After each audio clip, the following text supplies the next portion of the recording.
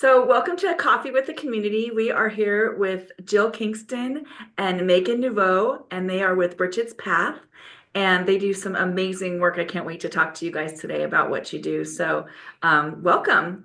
Thank you. Thanks for having us. Yeah, absolutely. Yeah. So, tell us a little bit about Brigids Path. How did you get started? Sure.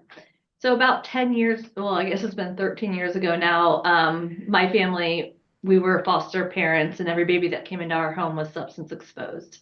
So for me, this is very faith driven. I felt a calling to do something after meeting the families and taking care of the babies and watching the systems around us just not supporting the family. And so for me, this was a calling that I reached out to the community and said, here's what I see happening. And this community just came around us and made this happen over the last 10 years. We do have an amazing community. Yes, we do. Yeah, it's been amazing to see, from I know in the church I went to years ago, I knew, of you starting this before I ever knew you personally. And I mean, you guys have gone from an idea to tell us where you're at now and tell us about the facility and what happens there every day. Sure. Yeah, sure. We have two active nurseries. We can have up to 12 babies at a time who are going through withdrawal. So their moms used some kind of substance while they were pregnant. So we're helping baby go through withdrawal. That looks like specialized medical care. That looks like a lot of cuddling and rocking and soothing baby.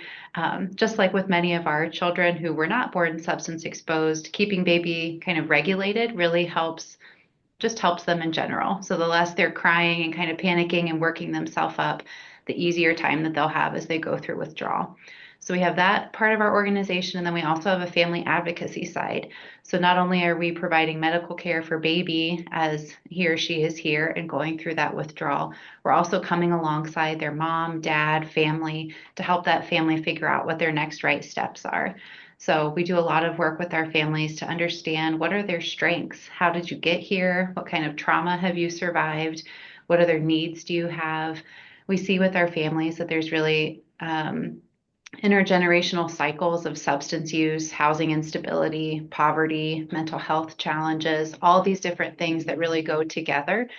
A lot of our moms started life as our babies. You know, many of them were born substance exposed. And so it's this cycle that continues to repeat itself until you have a cycle breaker. And that's where we really love to come alongside families, help mom see what different options are for her life, help her connect with those resources that she needs to move forward. And then ideally, that family gets to go home together. Amazing. How long are babies usually with you? About 54 days is our average. Babies and families can stay for up to 90 days with our licensing. So, in the grand scheme of things, 90 days, 3 months is not a long time. So, we've got quick work to do in that time and helping to really stabilize and preserve that family. So, are you saying mom stays too? She can. Uh, So, during the day, families are welcome to be here and visiting with their baby and caring for their baby. We want families to be here and providing that care.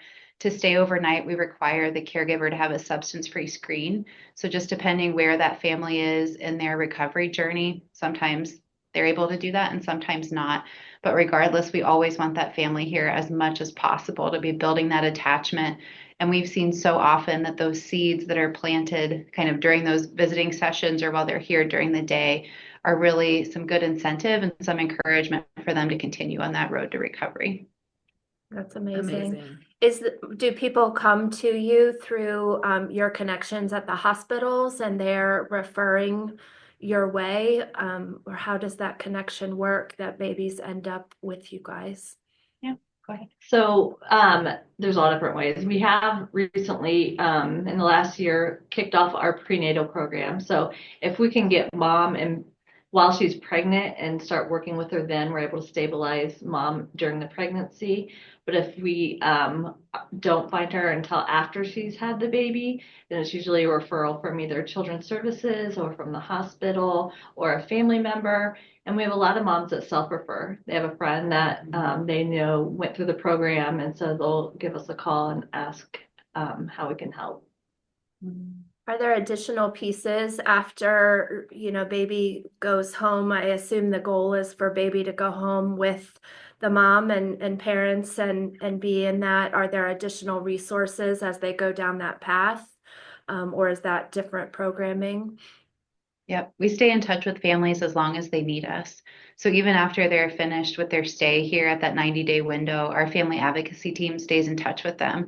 So sometimes that looks like, hey, I need extra diapers this month. Hey, I need formula, but also just overall well-being. How are you doing? Are you connected to the resources that you need? Do you have the support that you need for your recovery?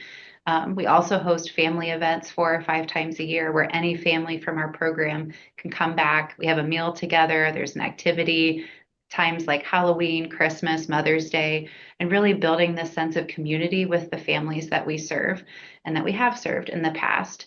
I think what we see a lot is kind of that instant credibility, that authenticity that they have with each other. These are women who've been through very similar situations and really love getting to know each other and getting to support each other moving forward, because a lot of them did not have a really robust support system. That's part of how they ended up in our program.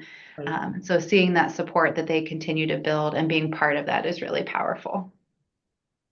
How, you guys are doing amazing things. How can we as a community support Brigid's Path, in the best way? Specialty.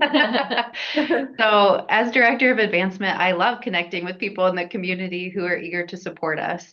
There are a lot of different ways that we get support from the community. Honestly, unrestricted financial gifts are the biggest way that people can support us, whether that's coming alongside us as a monthly investor, or if that is, hey, we want to host a 5K and all proceeds go to Brigid's Path.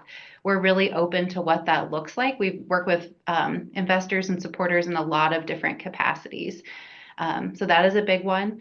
We also certainly take donations of items for the building. So things like diapers, wipes, copy paper, toilet paper, all of those different things are great. And we have a lot of local community groups that do drives for us, especially around the holiday time.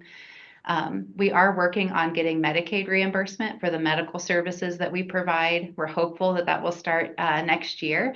But in the interim, all of the $4.5 million operating budget that we have to provide 24/7 care for babies comes through grants, private donations, and kind of a whole puzzle piece of different funding sources.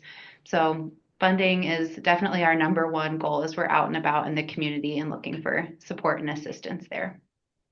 Yeah, well, we will help get the word out any way we can. You guys are doing amazing things, and I know people always say they want to rock the babies, but I think That's the number one request. right? yes. Yes, it is. We do have a volunteer program. So we do have cuddlers who come in and help. That's part of the care that we provide, is being able to respond to the babies really quickly. And our cuddlers help make that possible.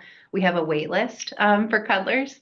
And it is a rigorous process. They go through background checks and some training and that kind of thing. But we're working this year too to have some additional volunteer opportunities for community members to tap in and help support that don't require such rigorous commitment as what our cuddlers provide.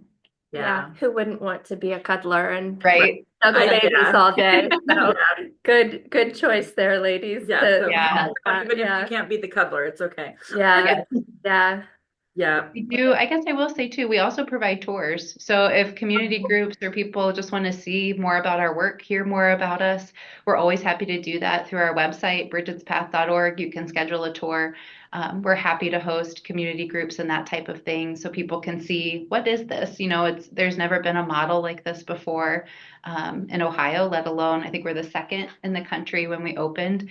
So we're doing a new thing. We know Dayton has that spirit of innovation, and we love to bring people in and help showcase that. I love that. What's your favorite thing? What fills your heart the most? The thing that fills my heart the most is seeing the transformation of our moms. Yeah. Watching a mom come in here who's lost, doesn't know who to turn to, doesn't know who to trust, and then she walks out of here confident, ready to parent, and just starting a whole new life for her and her baby. Yeah. I'd say similarly, mine is that there's always hope. I think so often we see with the families we serve, they come from chaos and from a lot of trauma and just struggle. And to be able to be a small part of creating that transformation and helping just see them thrive. I mean, the women that we serve are some of the fiercest, most capable, strong women that I have ever had the privilege of knowing, and being able to help tell their stories and help help see that transformation happen with the hope for families is just incredible. I think That's that awesome. struggle can be so defeating to people, and you just give them that small piece of hope, and that's amazing because you're right, women can do so much with that little bit of hope to change things. So, Well, and children are born so innocent, and to be able to, they have their whole lives ahead of them, and to have their moms like see that and have them, want that for them and do what they need to do to have that happen is amazing. Yeah. I'll let you choose who answers, but if you had to describe Brigid's path in 3 words, what 3 words would you choose?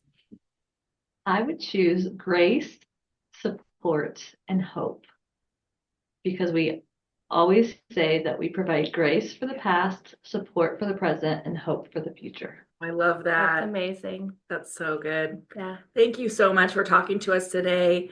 If the community is out there, go visit them, go, do a fundraiser for them, Yeah. support Money Monthly, do what you can to help them. They're doing just such amazing work. Yep. Thank you, Jill. Thank you, Meghann. Thank We appreciate you you. guys. Thank you. Bye. Have a good day. Bye.